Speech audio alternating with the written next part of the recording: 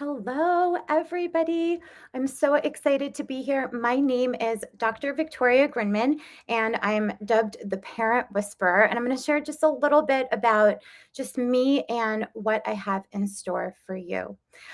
My journey with PESI has been absolutely incredible, and I have had the opportunity to over the years speak to so many different professionals about the art of engaging children, engaging teenagers, engaging individuals around how to heal from trauma, complex trauma, utilizing variety of approaches from yoga and mindfulness to body-based approaches that we all really love. And now I have the opportunity to actually share with you an incredible, incredible seminar that is rolling out called Getting Unstuck, Mastering the Art of Parent Engagement. I'm really, really excited about this because it is very, very near and dear to my heart in terms of the topic. And I'm going to share with you exactly why. Child outcomes, right? We all want children to be happy, successful, right? And we want, especially if children are in therapy, for them to have the most successful experience that is sustainable and effective and efficient because we want all of the things that we're doing to not just be effective in our sessions with kids and teenagers, but also throughout their lifetime.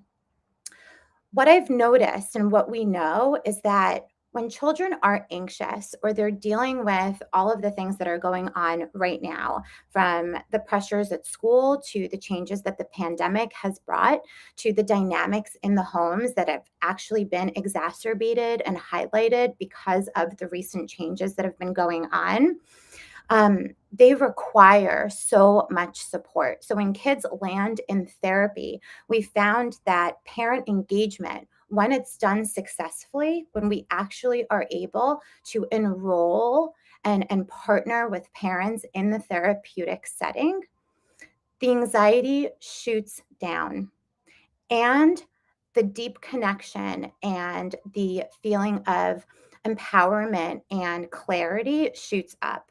So we know that this works, right?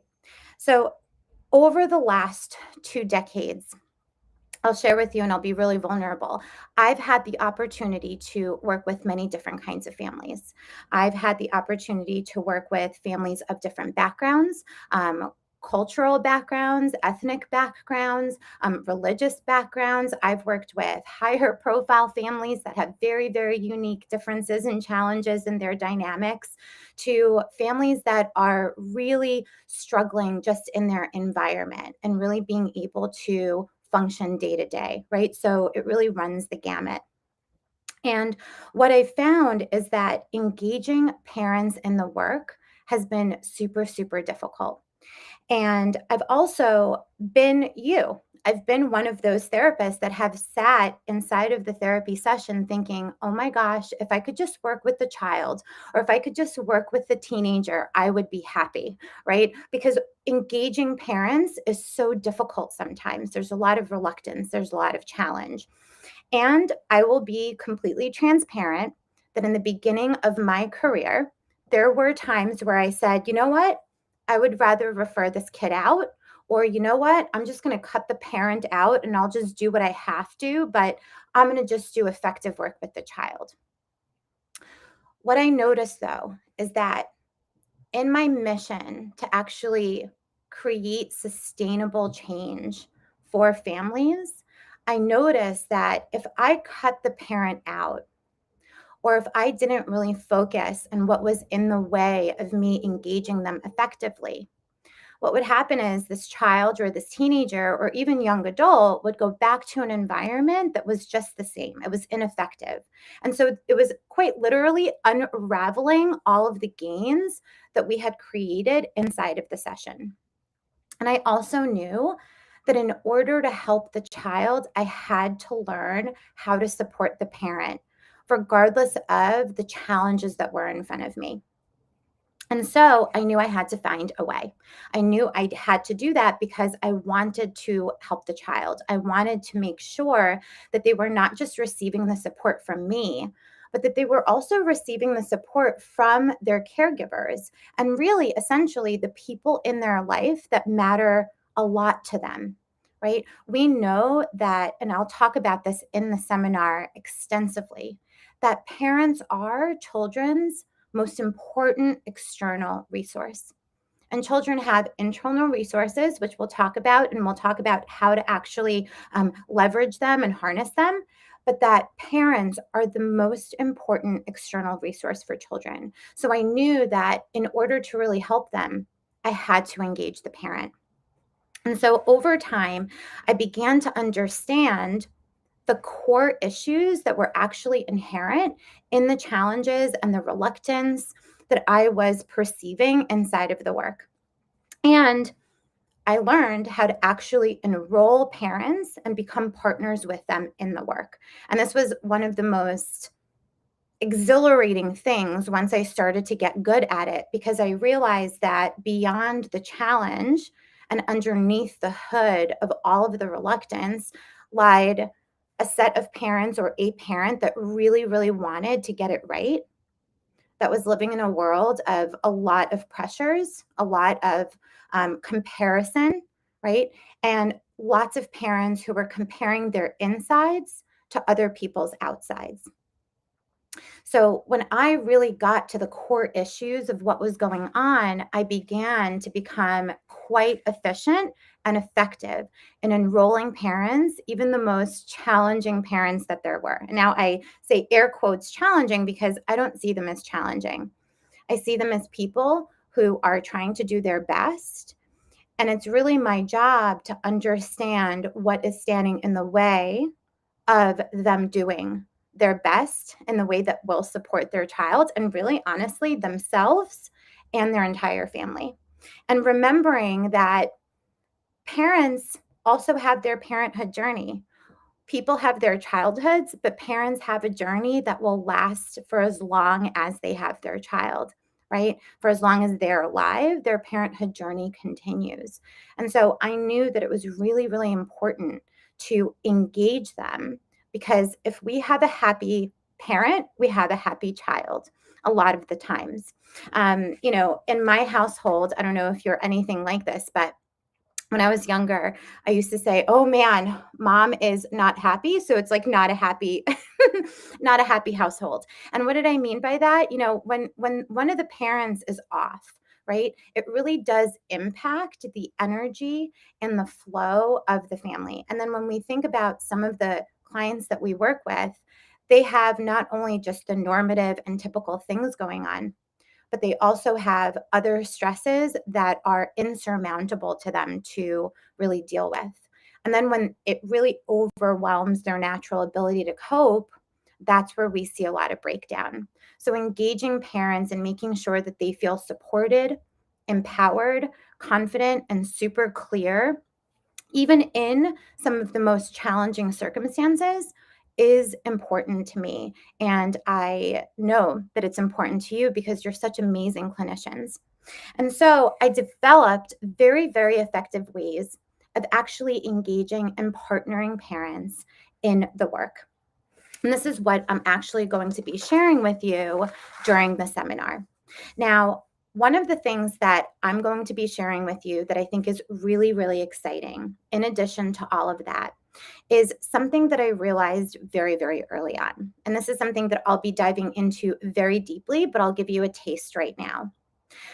I realized that my mindset and my belief system, okay, so our mindset and our beliefs, which are really just thoughts that we continue to have, right? That's what a belief is made of, are these thoughts that we continue to have over and over, really were tied inextricably to the skills that I had working with parents.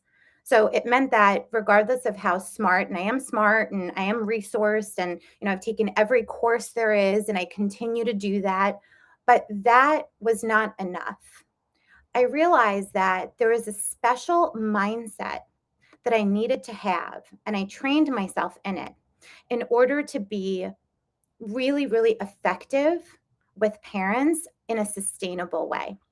Now, I'll share with you something that happened very recently. I was at a networking event, and I love those things because, you can go to an event and meet different professionals, and I'm very, very selective with who I refer people to.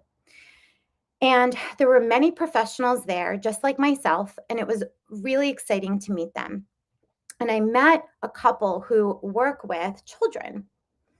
And I love working with therapists that work with children. I work with children, but I also know that I am only one person, right? And so I need to have referral sources. I need to be able to really, say, hey, you know what? I don't have room in my practice, but I know someone who's really great and can take you on. And so I was speaking to a therapist, and maybe you relate to her because I used to be her. The therapist said, "Oh, I love working with my little ones. I love working with my little, my little," she called them pumpkins. She was such a wonderful professional, and I could just tell that she really loved what she does. And then she says, "But I love that you love working with parents and couples because I'm just going to give them all to you." And I said to her, "What do you mean? So you don't work with parents or couples, you just work with the child?" And she said, "That's just not my wheelhouse. That's just not my wheelhouse. That's just not what I do." And I don't know if you relate to her, but I used to be her, as I said, and I used to have these reasons for why I didn't want to engage certain people in the work. And oftentimes we see this also when we're working with couples, right? I don't want to work with a couple. I just want to work with an individual. I want to work with an individual because it's just one person to manage. I want to work with an individual because it's just, it's too much if you work with more than one. So I don't want the couples. I don't want the parents. I don't want the family work. And so if you relate to this, it's okay. It's normal, right? Sometimes to feel overwhelmed and lacking in confidence around this stuff. And why? Because you're so good at other things and you're confident with other things, but this might be novel to you.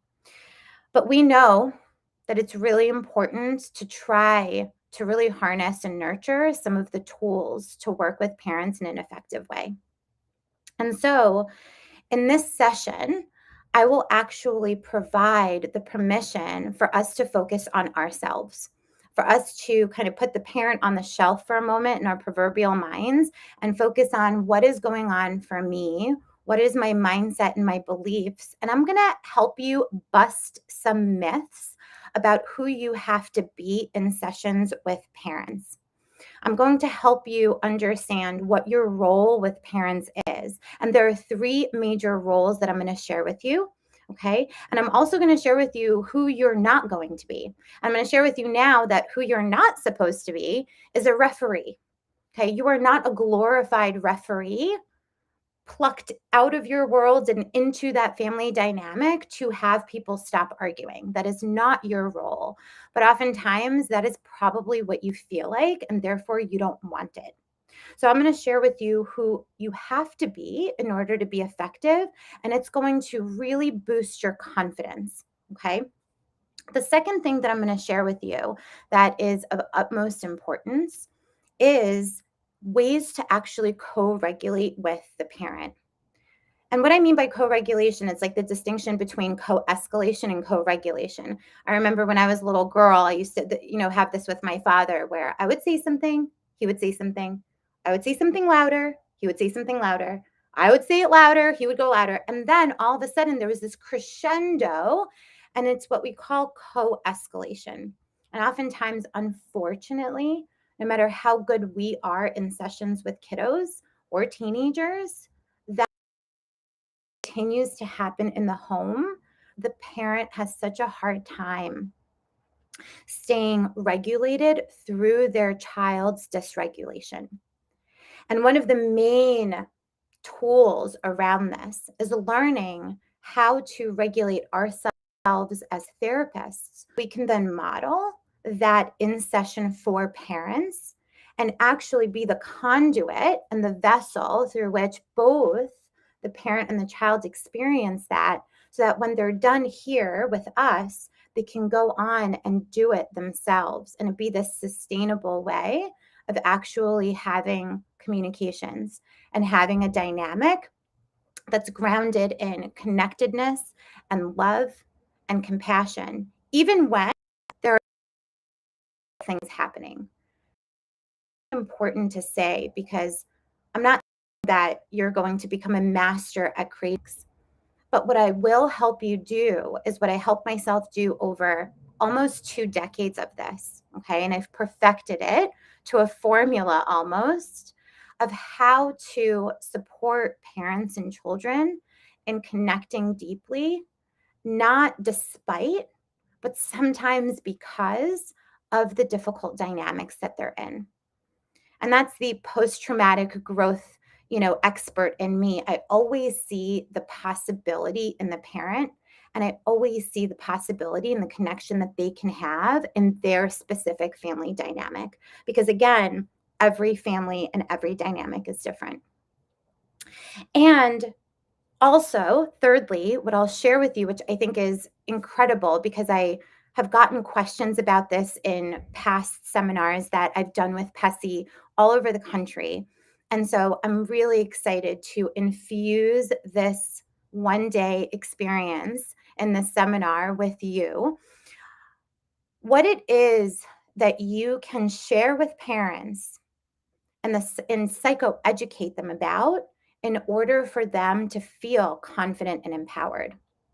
And I'll share with you why that's important. Many of the parents that I've worked with are extremely smart. They are successful people in many different ways. Some are artists, some are, work in corporate, some are, working 4 jobs to support their families, over functioning, doing it all. Incredible, incredible, incredible parents. And what I find is that they come to sessions oftentimes not feeling confident in their role as a parent, as they do in so many other areas of life. And because of this lack of confidence, they often resort to really ineffective ways of communicating with their children, of dealing with their own stress around not knowing the right thing to do or the right thing to say, or, how to engage in sessions and, what are they going to look like to the therapist? And they need to show how smart they are. And all of a sudden, everything comes crashing down. And I realized that the reason this is happening, I'm going to share with you a few reasons during this seminar, right? But I'm going to share with you now one of the main reasons why this is happening. It happens because parents don't have the information sometimes that they need in order to feel confident to really go through and flow through some of the things that happen with their kids. And the things that they need to know, the information that they need, is really about the development of their child, right? What are their needs developmentally, psychologically, spiritually, mentally, physiologically, right? Like, what are the needs that their children have? And then, secondly, what is the parent's role in fulfilling the needs for their children? And thirdly, what are the needs that the parent has as a human being, as well as the parent, right? And what is not getting met for them, right? That is contributing to their experience as a parent, and then therefore their experience in the therapy session with you. So I'm going to share all of that with you. And I'm going to also tell you my approach to unpacking this with parents. Because remember, just because this information is interesting to me and you, right? Because we're psychologically minded, we're clinicians, does not mean that parents are going to find this interesting. 99% of the time, I find that I'm the weird one because I'm so interested in this stuff. But a lot of the times, this information dysregulates parents, and it dysregulates them because it's a lot, right? It's a lot of information. And it's different for when a child is a toddler. It's different for when a child is in middle school. It's different for when they're, a teenager. And for parents, it's hard because the moment their child, is a toddler and they think they got it, guess what? Their child's not a toddler anymore. They become someone who's now in middle school or grade school, right? And they have to relearn all this stuff. So it's not an easy journey. I'm going to share with you in this seminar, and I know it's a lot of stuff, but it's one day and it's going to be really expansive and transformational. What it is that you need to share with parents, how to share it effectively so that they really get the importance of their engagement and they're enrolled, right? And they're enrolled not because you're selling it to them, but I'm going to teach you how to inspire parents to want to be part of this process and to want to try on these new ways of being. Okay. This is really, really exciting. Now, as we sort of, turn to the closing of our time together today, I really want to give you a glimpse into one of the tools that I'm going to use with you in this 1 day transformational experience with me.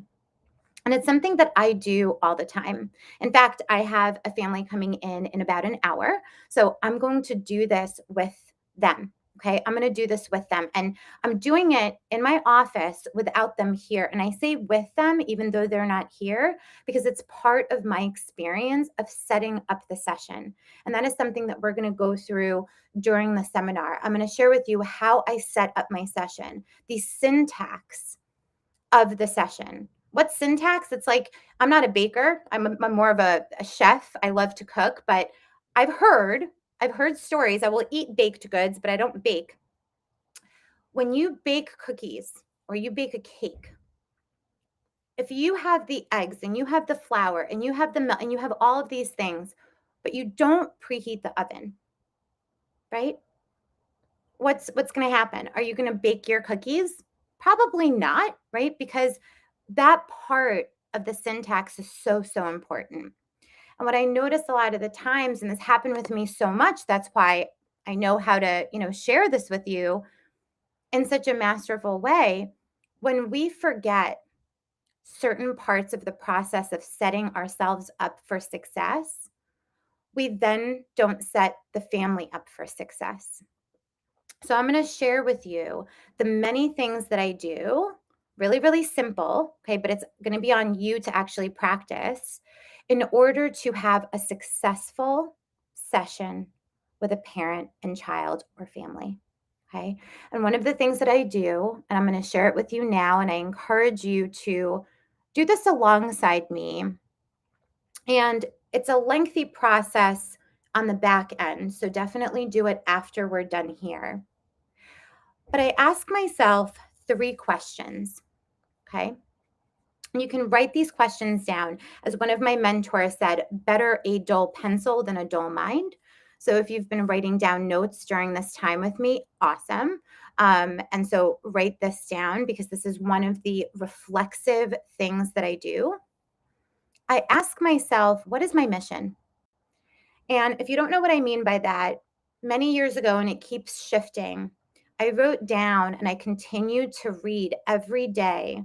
It's actually something that I go over on my way to the office when I'm on my way to the office or while I'm getting ready in the morning. What is my mission in my work today? Right? I look at my calendar, maybe the way that you look at your calendar and you say, "Oh, I have this person and this person and this family coming in and this family." And I think about my day. And I set myself up around my mindset. And the first thing is, what is my mission? Now, I'm going to share my mission with you because I know it by heart. My mission is to be a vessel for change for people, that who I am being in the world is someone who really supports the eradication of intergenerational trauma by being who I'm being, by allowing people in front of me the opportunity and the permission to really connect deeply. And so I know that I am that. That is my mission, to be that kind of person that helps families really cut through the dynamics that don't work so that children no longer have to deal with that, right? And children can have the kinds of childhoods that they want and deserve, and that parents can have the kind of parenthood experience that they've always dreamed of, even when it's not always so easy. So that's my mission. And I can say that to you so easily because, as you know, I've been practicing it. right? I just told you I practice it, so it's in my being. Once you get really, really tied to your mission of why you're doing what you're doing, the second thing I go into, what is my intention with this client? So if I have a family coming in and I know exactly what's going on for them and I think back to the session prior and the goals that we have, the second question I ask, write this down, is what is my intention? What am I intending for this session? And as you'll see, intention is a huge, huge part of the syntax that I'm going to go into during the time that we're going to spend in the seminar. But for now, just think about, what am I intending here as a clinician? Is my intention to, de-escalate stuff?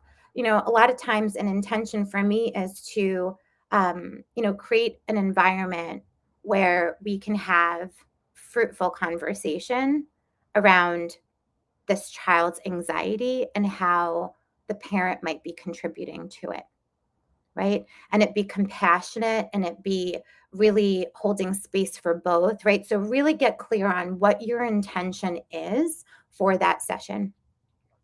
And then the third thing I ask myself is, who do I have to be in order to carry out this intention? And that really grounds me inside of who I have to be right now.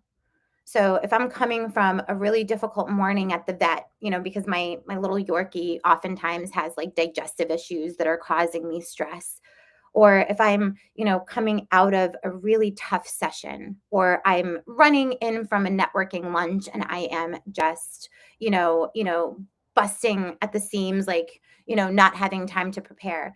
It doesn't matter what's happening for me. This third question always grounds me in, who do I have to be in order for that intention to get carried out? Right? I don't have a crystal ball. I don't know how the session is going to go. I don't know what the intentions are of the parents or the child coming in, but who do I have to be? And oftentimes that is really clear, right? Who I have to be is someone who is regulated myself, who I have to be is someone who is kind with myself and others, right? And I have to sometimes let myself off the hook because I am not the end all be all of how this time goes, but I can just really, focus on that. And I always end with a grounding practice, which I'm going to share numerous with you during this time together during the seminar. Okay. So do that homework.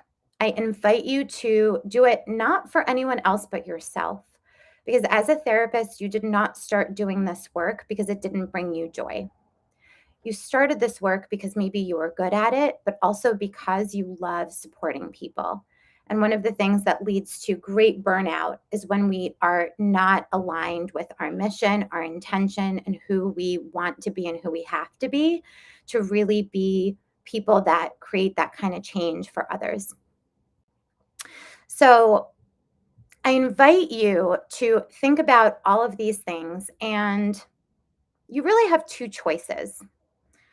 The first choice is you can go on and continue to do the things the way that you've been doing it, because I'm sure you're doing a great job, okay? Or you can attend this seminar and join me in a conversation that is not just about strategies and tips, but it's about a whole holistic view of how we can be the change agents in these children's lives through supporting their parents. I appreciate your time and I can't wait to see you.